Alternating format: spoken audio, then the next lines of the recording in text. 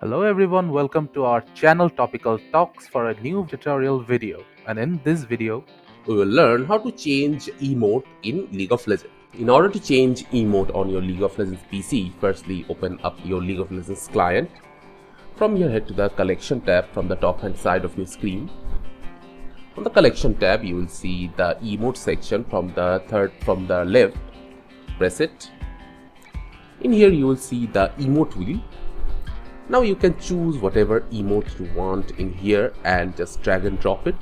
For instance, if I want this emote on my emote wheel, I'll just drag it and drop it on the emote wheel.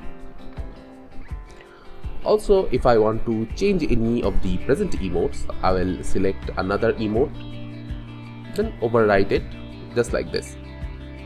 I can also add any reactions to the start of the game, getting first blood, getting victory, or getting an ace.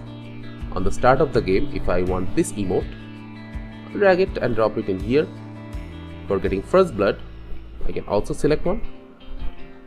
Here, just like this, I can select all the different emotes and it will be shown at the appropriate time.